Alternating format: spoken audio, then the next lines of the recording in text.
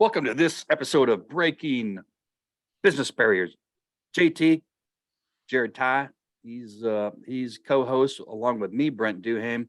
We're at episode 111. So over the course of several years, we've met some great people. I can't wait for everyone to meet the fast talker, Myers Jackson. I can't wait to hear this. We've got to have a little taste of that, by the way. And I'm sure everyone asks that.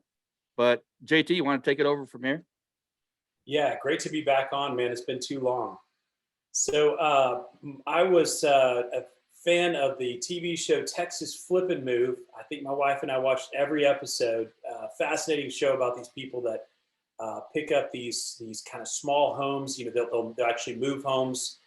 So whether that be a tiny home or an actual permanent home that they put on wheels and move, it was a great show to watch. And Myers was the auctioneer on the show. So Myers, when you and I crossed paths, I think on Facebook, I was geeking out. I was like, man, that's the guy from Flip and Move. So really excited to have you on today. Awesome. And I know that's just a small part of your story. So excited about hearing more. Yeah, appreciate being on and look forward to this opportunity. And, let's just chat and have a good time. Absolutely. Brent? So Myers, why don't you give the elevator version over the course of your career, how you entered the point? Well, first of all, what it is that we're talking about here, your main cog per se. But why don't we back it up here a little bit, and how'd you get started in what you're doing, or what was the idea? It's not every day that you meet someone doing what you're doing, that's for darn sure. But I think it's one of the coolest things ever, because they can speak a million times faster than I could ever dream of. Well, if you can count from 1 to 10, you can be an auctioneer. So that's not that tough. So don't give me too much credit, but it is a good story. I stumble around 6, just so you know. Well, it started back, back in early. I'm going to go back to my teen years. We worked in the fields just like you did. It was with tobacco and watermelons down in Central Florida. And then one day we was cropping tobacco, and I got a chance to go get a roofing job. And the guy asked me, say, you want a job roofing? Yes, sir. That was my answer that quick, because it was hot in the tobacco fields, but at least we got a breeze on top of the roof. So I become a roofing contractor in the state of Florida. I had a CCC license. I could roof anything in the state of Florida. But I decided, what, like a lot of people do, they look for a career change, and what are you going to do? And I migrated into real estate. And I got a broker's license back in 98, 99. And then in 2000, I promise you, I can take you to the last house that I ever showed as a regular real estate agent. That's what I refer to, regular real estate agents. And I said, 9:30 at night, I said, this is the craziest thing I've ever seen. I've carried this guy around all day. He don't buy anything. What can we do? And then I got introduced to auctions. I'd met an auctioneer, and what happens is you hear what we refer to as the chant. And that is the fast talk everybody refers to, and it's mesmerizing. It's like, hey, how do you do this? And I started trying to catch on and mimic this guy. And then, another friend of mine got to talking about it. He says, hey, let's go to auction school. And I went to auction school under the premise that I was going to sell real estate at auction. And so, here I am 22 years later. It wasn't easy to break into the business, but with a little bit of perseverance, that's what I'm doing here. So from the tobacco field to the rooftop to real estate broker to auctioneer. So what did you hesitate at all? I've got a good friend. I didn't tell you this before we got started. I've got a good friend that also is a realtor and does auction Okay. stuff. And I grew up with him, so I can. And if he's listening, John, you do a good job. But did you hesitate at all once you got into the school and start to learning, or was it intimidating, or how was it? Say, it's a curve. And when you get into school, imagine being put up in front of our class at like 130 people. You have to stand up in front of people and say, hey, and you can't really perform yet. You're in the onset of learning what to do. So you can't really put your numbers together, but this is the basis of it. You have to be able to step up in front of people. And, so it is a little bit intimidating, but after you get the basics, it becomes easier and easier. And now this is the coolest thing. You have to sit back and think, you know what? Here I am. I can do this, but all of you can't when I'm in the public. So it gives me a level of confidence to be able to say, if I mess up, okay, so what? Probably 99.9% of the people don't know. I know I messed up. I just keep on going. So it was a little bit intimidating, but now it's second nature. And, I love to perform. And it's an exhilaration getting up in front of people. It sure is. Jared? So Myers, when you made that switch from sounds like residential real estate or basic real estate, like I'm in, who are your clients? Are you selling for, are they REOs for banks, or are they individual sellers, or a little of everything? Or Yeah, great question. Back when I started, I've done more cold calling, or as much cold calling as pretty much anybody on the planet. You pick up the phone. I used to do a course called Dialing for Dollars. You pick up that phone, and it starts by saying, hey, I'm an auctioneer and I'm a real estate auctioneer, and you engage in a conversation. So that's how the most of my business come my way until the banks really started letting properties go in the 2008, 9, and 10 eras. So we actually had to just tell people what we do, and it's tough. It's tough to tell a seller something different that they've been pitched by a regular real estate agent 10, 15 times, but they never heard this. But this is a key takeaway. A lot of the sellers who hear this, they say, you know what? That's what I've been looking for. So it's you've got to search through the haystack to find a good seller that will accept this process. Well, that's awesome. And I'd love to come back to more logistics on how that works, because I'm genuinely interested and curious myself.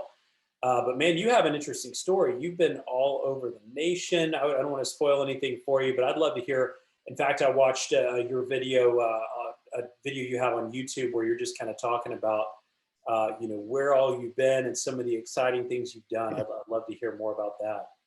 Yeah. So, I was looking over some of the the pretext here about, what's something funny. I don't know if that's what you want to hear now, but it's not that funny, but this was probably for me very exciting to go to a place that everybody in the world has heard about. Everybody. So what place can you guys think of that is an iconic place that people have been and everybody wants to go to? Just a couple of ideas.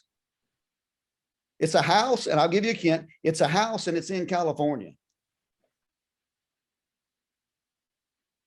I'm thinking. Well, I stopped at 6.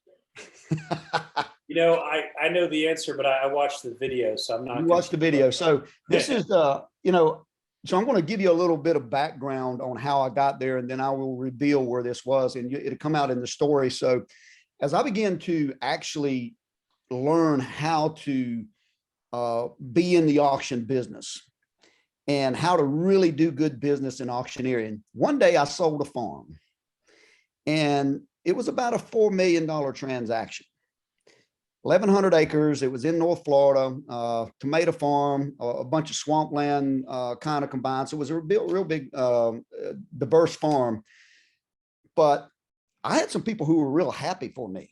They was like, listen, you've done a great job, And so this guy, he was really a friend of ours, or a friend of mine. And my whole auction team was there that day. I was working with another company, but the whole auction team was there. And he was just so happy for me. He says, Myers, he says, I got a ticket that you may be interested in going to this. I said, yeah, what is it? He says, I've got a ticket to the Playboy Mansion. He says, do you want to go? And I'm like, heck yeah, I want to go. I mean, just didn't hesitate about it. So I got a ticket to the Playboy Mansion at one of the parties out there. And of course, they started sending me information once I registered on their side. Oh, we're going to have a silent auction and we're going to do this, that. So I started pushing back, light emails about, hey, I'm an auctioneer over here and I can do this and I can do that. And they just kind of really shut me down. So there's a 2-part deal to the mansion party. Is one, you have a pool party the night before, and they solicit bids to body paint Playboy models. And so all of these girls was walking around and, you know, they was well dressed that night, but they're saying, hey, will you bid on me? Will you bid on me? Will you bid on me? And it's all to raise money for a charity. Well, they was getting like zero bids, but they was getting a lot of people asking for their number and, you know, this or that and the other. Imagine that. So I said, ladies, I said, I want to just get everybody together. So they gathered up and I said, I'm an auctioneer. I do this for a living. I said, do what I say, when I say, and how I say. And I said, we'll run a game on everybody in this whole place. And we did. And we rate, and I got bids on every girl, just kind of behind the scenes. And at the end of that, the lady who organized the party for the Playboy Mansion comes up to me. She says, are you really an auctioneer? I said, yes, ma'am. She says, can you talk fast? I says, yes, ma'am. I can talk fast or I can talk slow, whichever one you want me to do. She says, hey, well, talk fast for me. And I said, 75, 100, now 100, 200,000, 300,000, 4 now 5. Wasn't that big of money, but I done my chant. And all of a sudden they said, I'll be right back with you. And she comes back and she says, hey, do you want to be the auctioneer at the Playboy Mansion tomorrow night? And of course I said, yes. And so I spent 7 years at the Playboy Mansion as the auctioneer, and I'd go out every year to Beverly Hills and just have a good time. Well, that is Man. quite the story there, quite the experience. Yeah. I was thinking Mickey Mouse maybe had a house out there, so I was a little bit of ways away from the Playboy Mansion. That's for darn sure. Like, yeah. So I was, you know, there's a lot of auctioneers who really wanted to be my assistant during that time. And, it was a fun time. I took my son turned 21 and I took him to the Playboy Mansion at the age of 21, and I become the best dad in the world at 1:30 p.m. and the next morning. So it's like, okay, it worked out pretty good. So when you were there, you were still living over here and you were doing that work in California. Yeah, that's right. And so yeah, I mean, auctioneers, we really have the ability and we don't mind traveling. I mean, I got into the auction business to work on a national platform. That was my goal. That was my dream. I wanted to be able to sell real estate from coast to coast. And going back to the cold calling, Jared, what I would do is there used to be, back in around the early 2000s, there used to be a bulletin called the Rural Property Bulletin. And it was published out of Nebraska, and it would come out and it would go to everybody in America. And this family, just a small farm family owned it out there, but everybody in every state would have their property listed. And I'd go through and pick out the for sale by owners, and I'd call every for sale by owner in that thing. And so you wouldn't never know where somebody would say yes, upstate New York, North Carolina. And it was, I mean, it's some excitement to go visit another state in a place that you've never been, get to hang out with local people. They tell you their story, and then you get to sell their place and make a little gas money on top of that. I bet. So you went from not so tiny house in California to some very tiny homes that you sold or helped sell here in Texas. I'd love to hear more about that, the flip and move here. Yeah. So, just like anybody else, I received a phone call one day, and spam wasn't quite as bad back in early 2013, but it was you still got some crazy calls. So I got a call one day, and it said Hollywood, California. I said, what the heck? And I picked up the phone and answered the phone, and there was a young lady on the other end, said, are you a Texas auctioneer? Now, I did not live in Texas at the time. I lived in Florida. That's where I grew up. That's where I was. I lived out in Jacksonville, but I was licensed as an auctioneer in Texas. I got a lot of licenses as an auctioneer. So I said, yes, ma'am, I'm a Texas auctioneer. And she says, well, this is what we're doing. We're going to put together a show, and they're going to pick up a house, and we're going to remodel it. And we're looking for someone who could be the auctioneer to sell the houses. Are you interested? I said, absolutely. So I didn't hesitate on that. And by the time they got arranged to where they was having what they call the sizzle, there's a sizzle, and then there's an episode where it's a test episode, and then if you get lucky, they sell that first season, and they sell the pilot, and you get on for the first season. So I'm going to tell you about how I actually got on the show. So there was 3 auctioneers that were trying out, and I was one of the auctioneers, and we was set up over here in Lake Worth, and it was cold. It was so cold. So I had brought my long jacket, my trench coat, and I had my gloves on, and of course, I always dressed with my tie. Of course, I had my hat on, and the producer asked me. He says, introduced himself, and he said, "Hey, you ready for this today?" And I said, "Yeah." I said, "What do you want me to say?" And he says, "What do you mean? What do I want you to say?" I said, "Well, you got a script. I mean, we got to, I don't know anything about reality TV. I don't have a clue." And he says, "What do you normally do?" I said, "Well, we have something we're going to sell. I read terms and conditions, and then I have an auction." He says, "Do that." I was like, okay. So I go back to the legal side of what I do. I mean, I read terms and conditions that's like 20 minutes long, and it's legal, and it's boring. It's people's like, whatever. And I said, if I do that, I'm never getting on TV. So I thought about it for a few minutes. And on my intro, it's auction time, auction time. Ladies and gentlemen, it's auction time. Welcome out here to Lake Worth, Texas. We got a good one we're going to sell you out here today. My name is Myers Jackson, and I am the auctioneer. I'm going to sell this house as is, where is, with any and all faults. And if you find the alligator in the attic, he's yours, and you got to keep him. Number one, there's no alligators out there as cold as it is. And if he's in the house, this was my disclosure. This is my disclosure to say, you're buying this house just like it sets. And everybody laughed, and it was like, okay, I'm on to something here. So we continue in the auction. And so everybody's standing here just staring at me. And I'm at 30, if I'm at 40, 45, 50, I'm not going to now money with a bid, I'm at 50,000. I said, "Hey, little man," there's a little boy about 5 years old. I said, "Hey, little man," I said, "You know what? This house is selling so cheap, even you can bid at this auction today." I said, "Put your hand in the air one time and it can be yours." And what did he do? He said, boom. He put his hand in his air, and his mom and dad was like, "Oh my God." And the cameras went zoom. And so that all worked out pretty good. And after that, the producer walked up to me. He says, "Can you do that 26 more times?" And I said, "Absolutely." So everybody liked me, the whole cast, or what was going to be the cast. They all had a vote in, was I going to get to be the auctioneer? And so that was my interview. And that's how I got to be the auctioneer on Texas Flip and Move. You did great, man. I really enjoyed watching that show. In fact, I think it'd be fun to go back and watch some episodes again at some point. So the concept of selling something as large, as important as a house at auction, that's something that's just very interesting to me.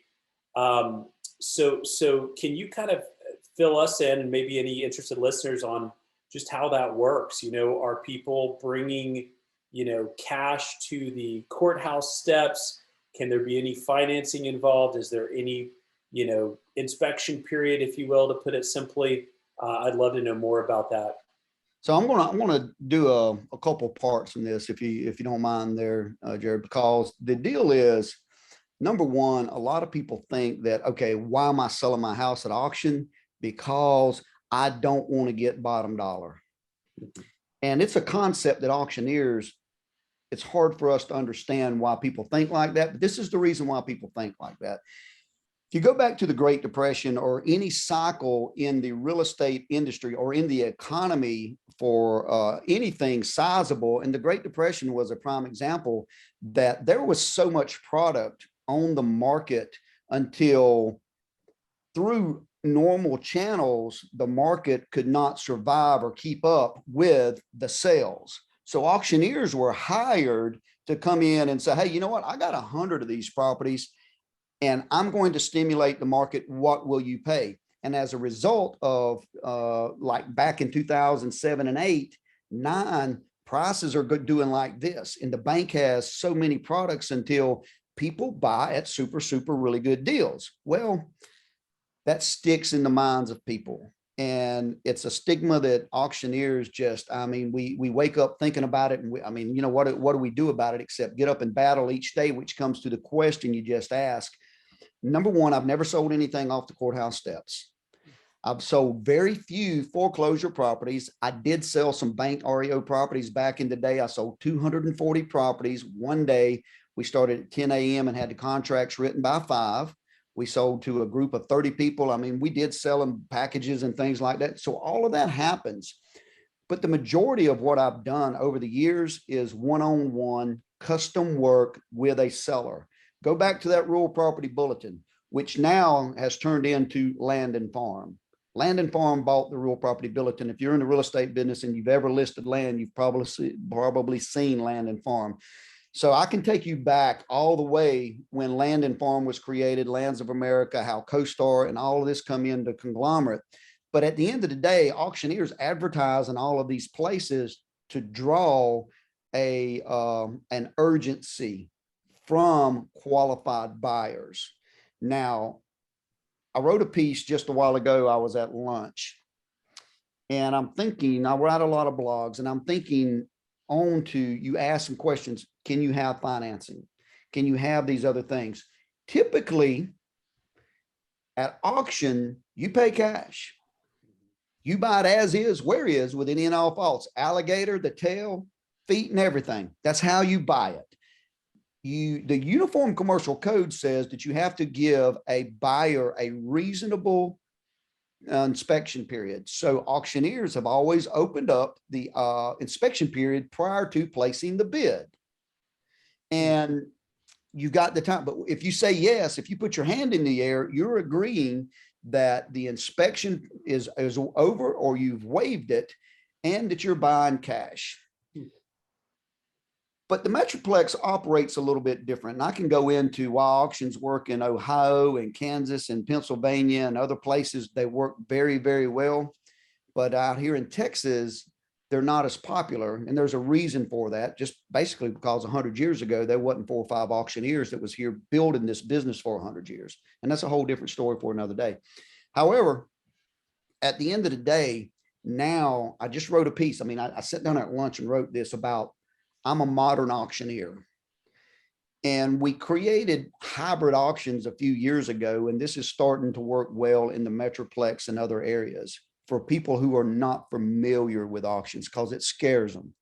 So imagine this. As a modern auctioneer, I not only do my work to get price, but I can negotiate terms. So every day, Jared, you negotiate terms as a real estate agent. Yes or no?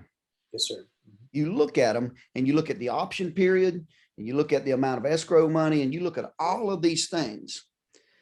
Wouldn't it be cool if you had an auctioneer? Let's just say you had a listing, talked to a lady this morning and that's thinking about maybe using my services. She's got a listing with 16 offers already in place. The high offer walked. They accepted the contract. He's out of here. So my pitch to her was, let me come in here Sunday afternoon. You invite them other 15 people. Now we invite everybody else and allow me to open up everything in a competitive environment, not only for price, but for terms. So an example of that would be, okay, well, we got $200,000 and 10 people put their hand in the air. I'm willing to pay 200,000. Now I'll begin asking who will pay 200,000 cash.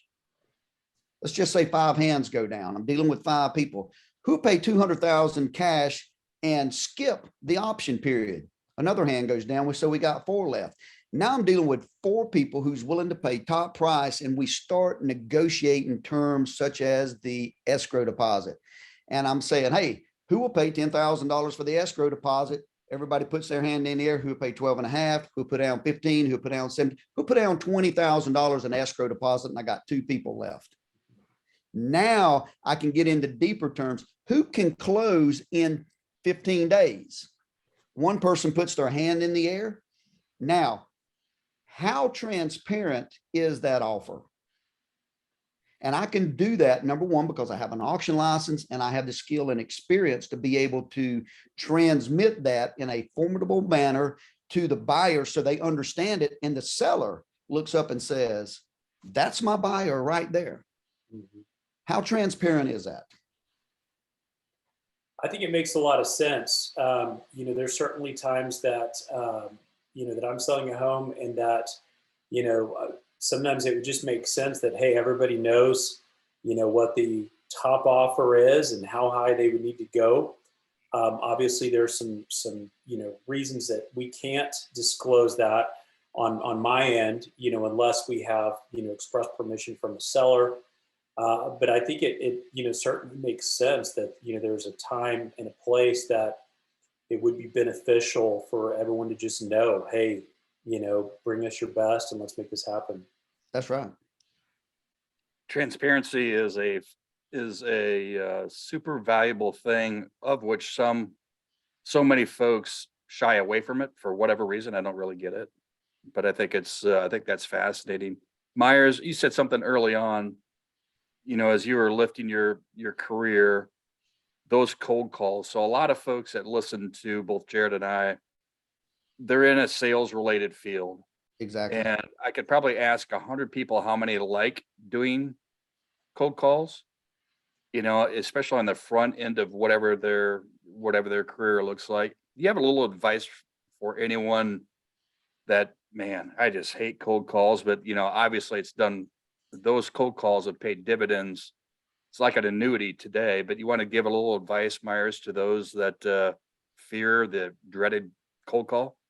Yeah, I mean, pick up the phone and do it. I mean, and I can tell you that 1,000 times, but it takes picking up the phone and do it. You never know what somebody's going to say, but you never know the answer to my question if I never ask the question.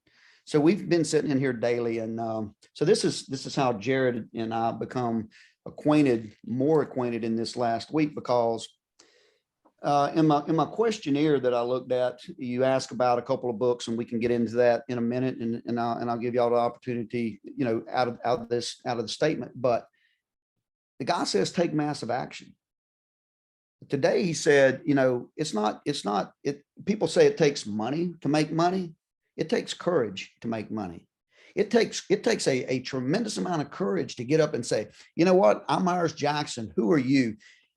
I'm going to say, do your homework. If you do your homework just a little bit about the property that you're looking at, now you can anticipate what questions you're going to ask. So it's not totally cold. The conversation is cold, but be prepared with your material. So when you're talking to somebody, that they got a 4-bedroom, 3-bath house, or that they've got 33 acres. Talk to that individual just like that you have been doing your homework and you know what their property is. It decreases that resistance, and people will start telling you some amazing things if you sit back, zip your lip, and listen. Some of the best advice that we've heard, and we've talked to a lot of great people, and encourage with a capital C. In fact, all caps, right? Yes. In bold. You mentioned books. Why don't we go there? This is a book that I've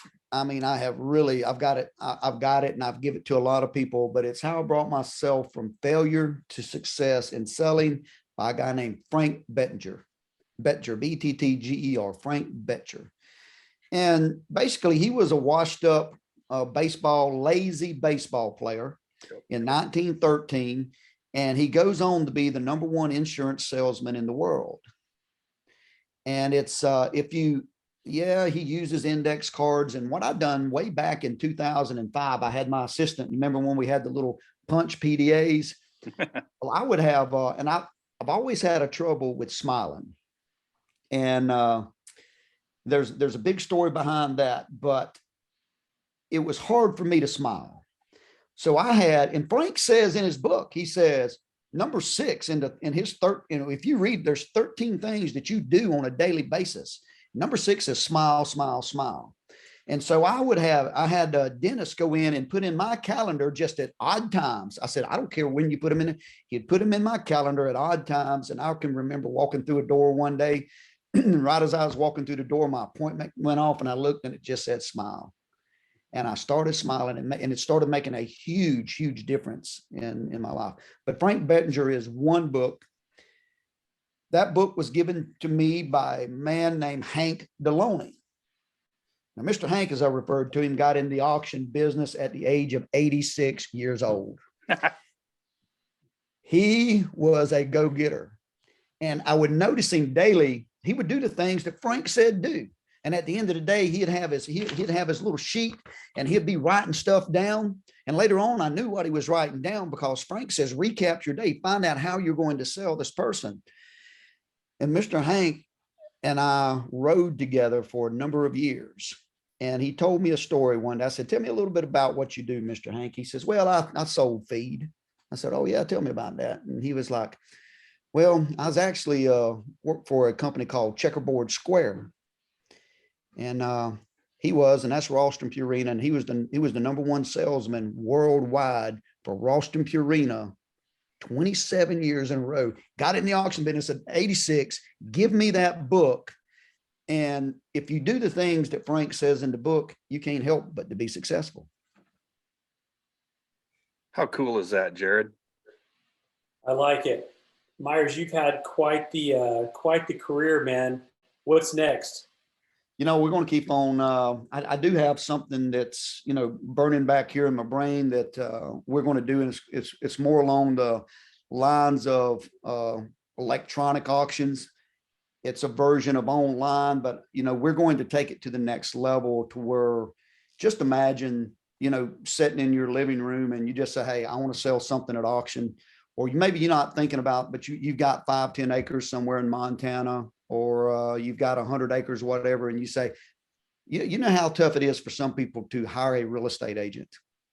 They want to do it themselves. So this is driven for the use of agents can use it, for sale by owners can use it, but we don't necessarily want to train them to be auctioneers. And if they want to be an auctioneer, that's great. That's not our goal, but they can utilize the tools that I've worked on and I've built and I've developed for the past 2 decades into being able to sell that piece of property themselves. But the unique thing about what I'm doing here, Jared, is connecting as a part of this is giving the opportunity to connect the real estate agent with the owner and connect both of those with an auctioneer. Because if you hire a professional auctioneer, they can help you overcome a lot of things that you don't know. But I don't have to tell anybody. Sometimes people don't want that up front. They want to try to do it themselves. But anyhow, that's one of the things that I'm working on right now. It's awesome. Brent? Well, as we wrap this up, Myers, this was packed full of really, really good stuff. And your enthusiasm, share, boom. I mean, who wouldn't want to do business with you, Myers? I mean, it just pops out. I was excited to meet you and going through your bio and what have you. I grew up going to auctions, being a farm kid. And, for my brother and I as little kids, that was a play day. Yeah, there you go. I can't tell you how many I've been to. We attend online auctions for equipment and what have you, and some land and do all that. So when Jared mentioned to me about you joining us, I'm like, oh man, I literally had goosebumps going, this is cool. This is really cool. And you've been every bit of everything I thought you'd be. So thanks.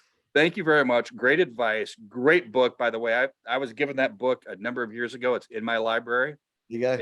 It's a cool book. And the person that gave me that book, a mentor of mine, pointed out number 6.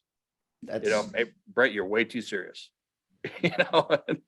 And I know Jared has said the same thing as he criticizes or is critical of his own how he does business, but I'll never forget it. And you just nailed it, man. You brought me back a lot of years on that one, Myers. Well, the truth. Thank you so much for joining both Jared and I, Jared Ty, Brent Duhane. This is episode number 111 on Breaking Business Barriers. Myers, you're out there. Where can we find you? If someone's looking for you, what's the easiest way to find you? Yeah, just spell my name right, MYERSJCKSON. You can find me pretty much anywhere. MyersJackson.com is my website address. Most social media is America's Auctioneer, and you can find me, pretty much anywhere. So just a simple search, look me up. I'll be glad to answer questions, do business with you. That's great. And we'll make sure to incorporate that into the release. Myers, thank you so much again. JT, may you have a great barbecue type of weekend if you have time. I know you're out busy selling real estate, but I do know you make a little time for barbecue for your family every now and again. Absolutely. Thanks, with guys. that, Myers. with that, take care. See ya. Onward and upward.